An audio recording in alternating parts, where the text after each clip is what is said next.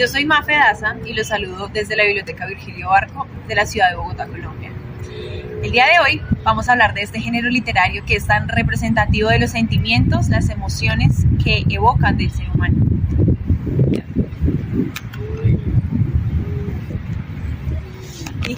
No te amo como si fueras rosa de sal, topacio o flecha de claveles que propagan el fuego. Te amo como se aman ciertas cosas oscuras, secretamente entre la sombra y el alma. Te amo como la planta que no florece y lleva dentro de sí escondida la luz de aquellas flores. Y gracias a tu amor vive oscuro en mi cuerpo el apretado aroma que ascendió de la tierra. Te amo sin saber cómo, ni cuándo, ni de dónde.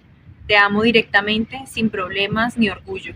Así te amo, porque no sé amar de otra manera, sino así, de este modo en que no soy ni eres, tan cerca que tu mano sobre mi pecho es mía, tan cerca que se cierran tus ojos con mi sueño. Pablo Neruda, 100 sonetos de amor. ¿Se les hace conocido este tipo de texto? Para los que responden sí, es porque seguramente ya han leído de poesía. Para los que responden no, para esto está este video, para instruirles un poco sobre el género literario de la poesía lírica.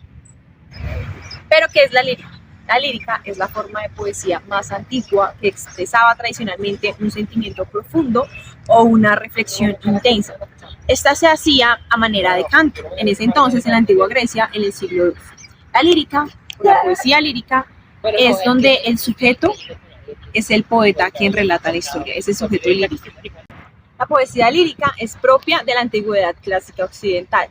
Los textos poéticos más antiguos son probablemente los idilios babilónicos y asirios, los himnos de la Avesta de los persas y los libros Quidim de los chinos.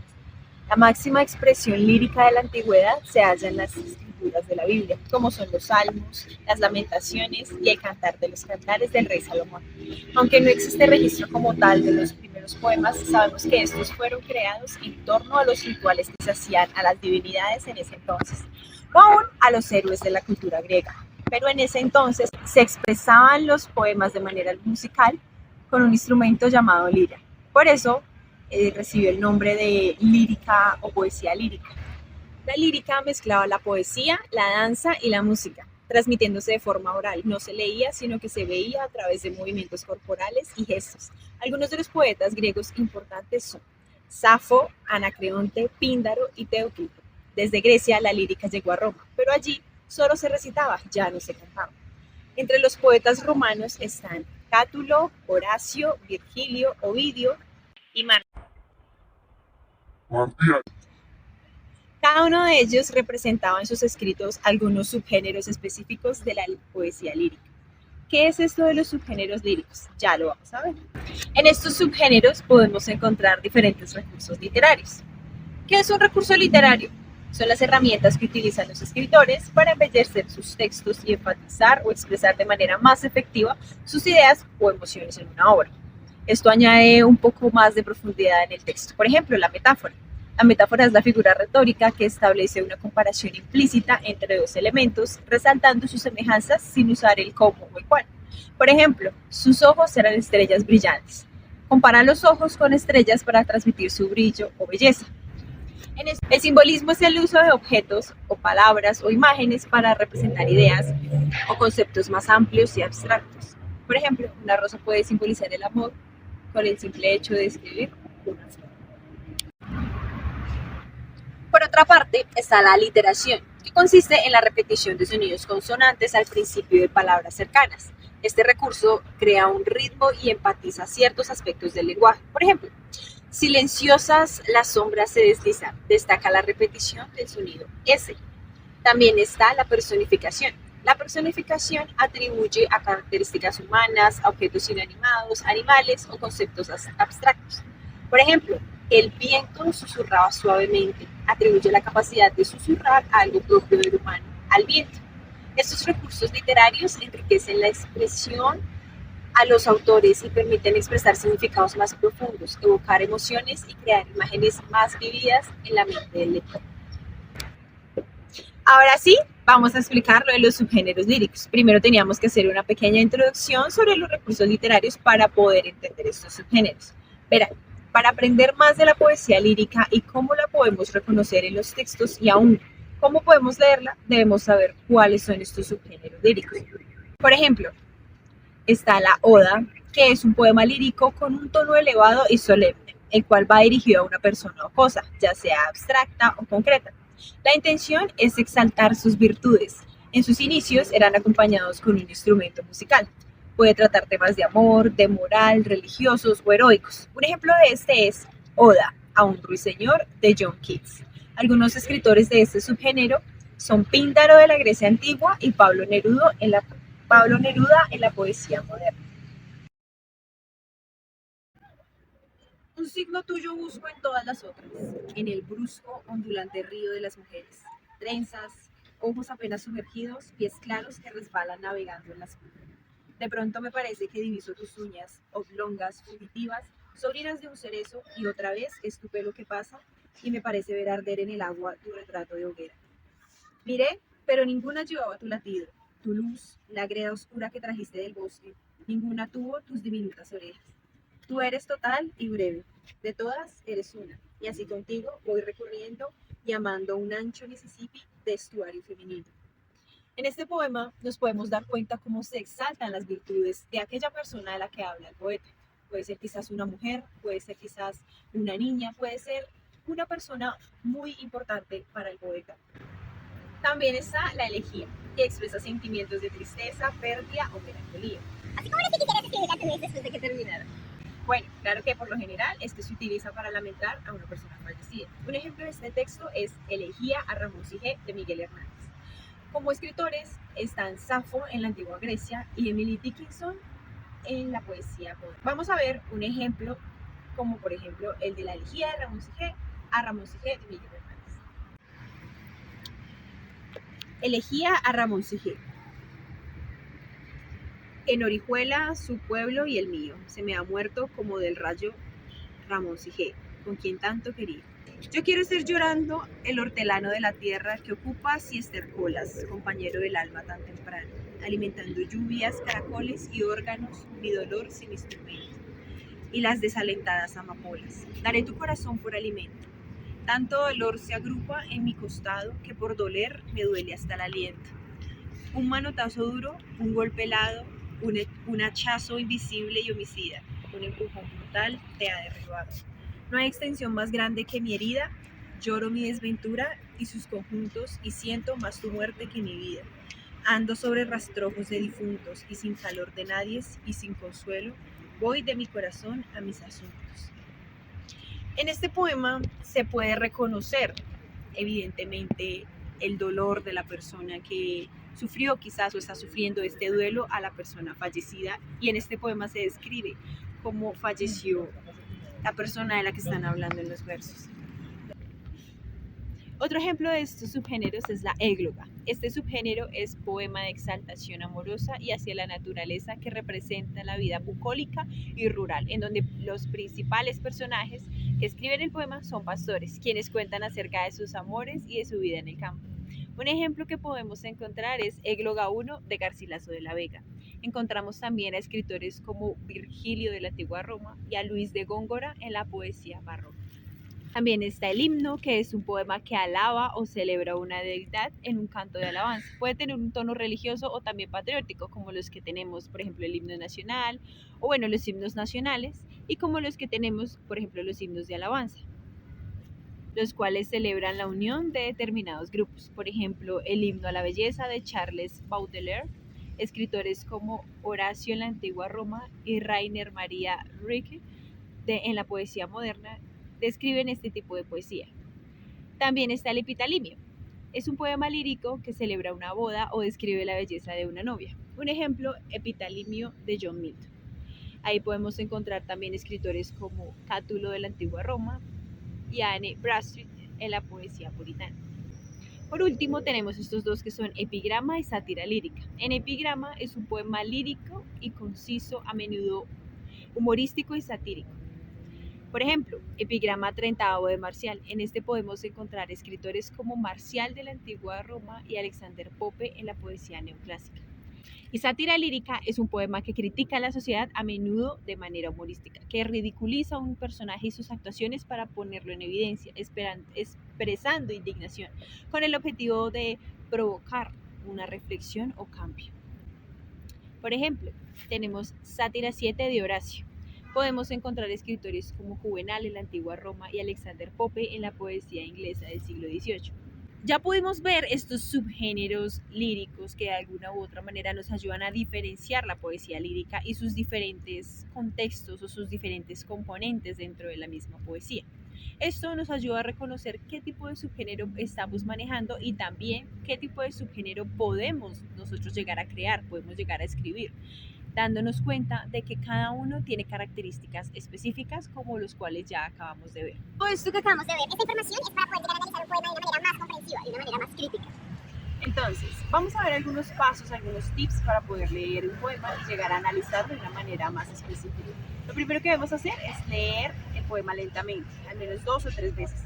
La primera vez que lo hagas, enfócate en la forma en cómo suena.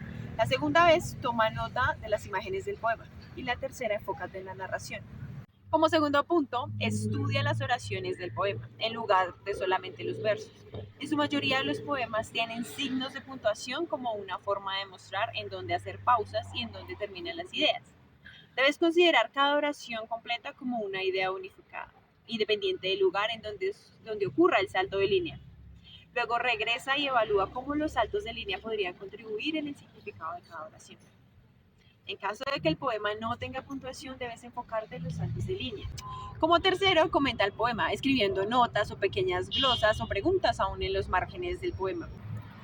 Quinto, subraya o investiga las palabras o fragmentos que no comprendas, ya que con frecuencia encontrarás palabras que no conozcas al leer. Evita simplemente omitirlas, ya que es probable que el poeta haya elegido esa palabra específica por algún motivo. Si comprendes las palabras, esto te será de mucha ayuda para determinar lo que el poeta o el narrador esté diciendo. Sexto, identifica los temas del poema como una forma de comprender su significado.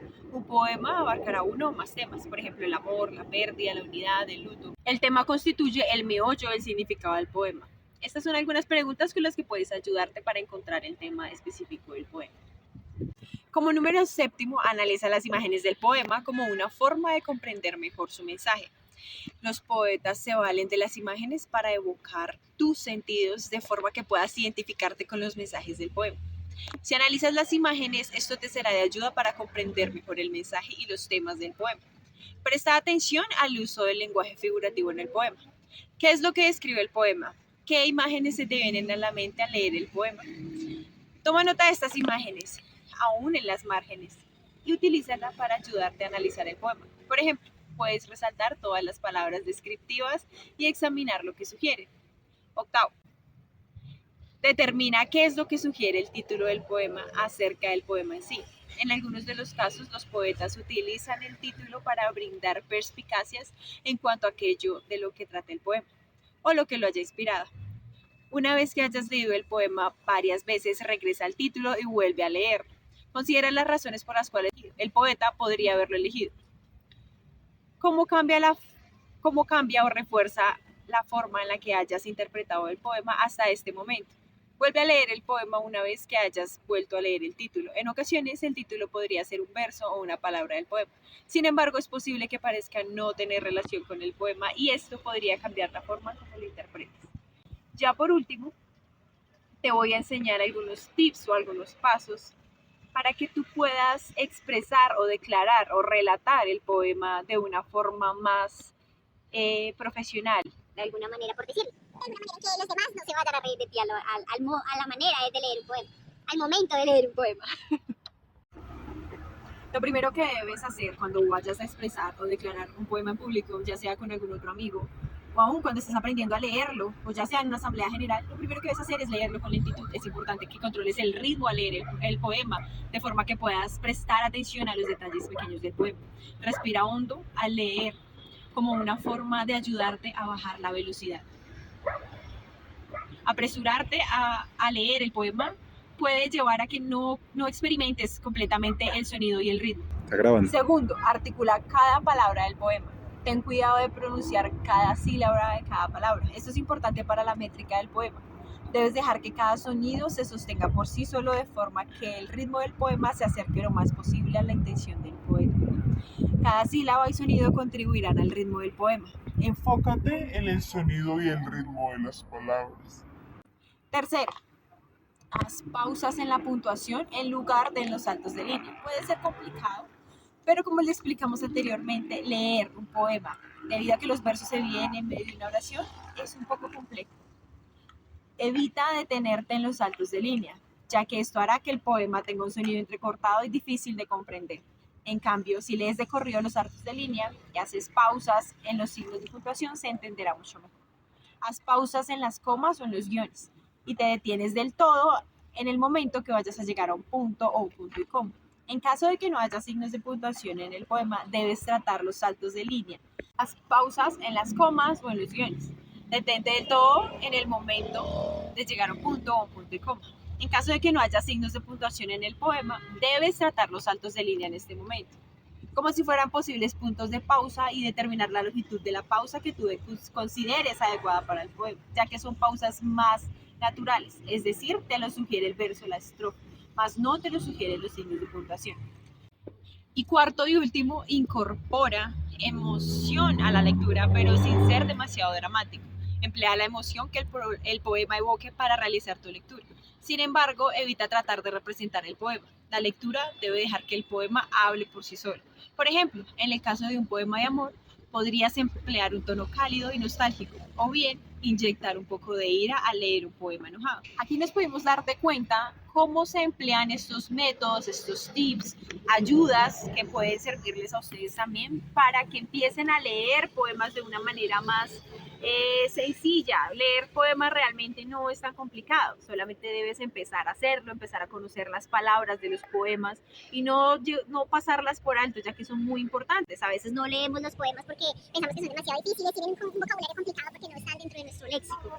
Pero realmente es una manera muy bella de conocer la lectura. La poesía es una manera hermosa para poder expresar lo que nosotros sentimos y es la manera más significativa de hacerlo.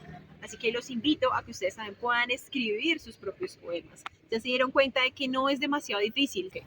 Por esa misma razón quisimos grabar este video, mi camarógrafo y yo, obviamente, en lugares abiertos, lugares donde la inspiración esté a flor de piel, es decir, donde ustedes puedan también inspirarse un poco, ya que los bosques, los lugares donde sean así abiertos, donde haya naturaleza, incluso miradores como este que tenemos alrededor, al fondo. Uy, no, es que alrededor. Pero gordo aparte. Lugares como este nos dan un poco más de sentido para este tipo de temas. Así que esta es una invitación y a la vez es una pequeña guía para que ustedes puedan empezar a escribir y a leer poesía lírica. Muchas gracias por ver este video. Mi nombre es María Fernanda Daza. Hasta luego.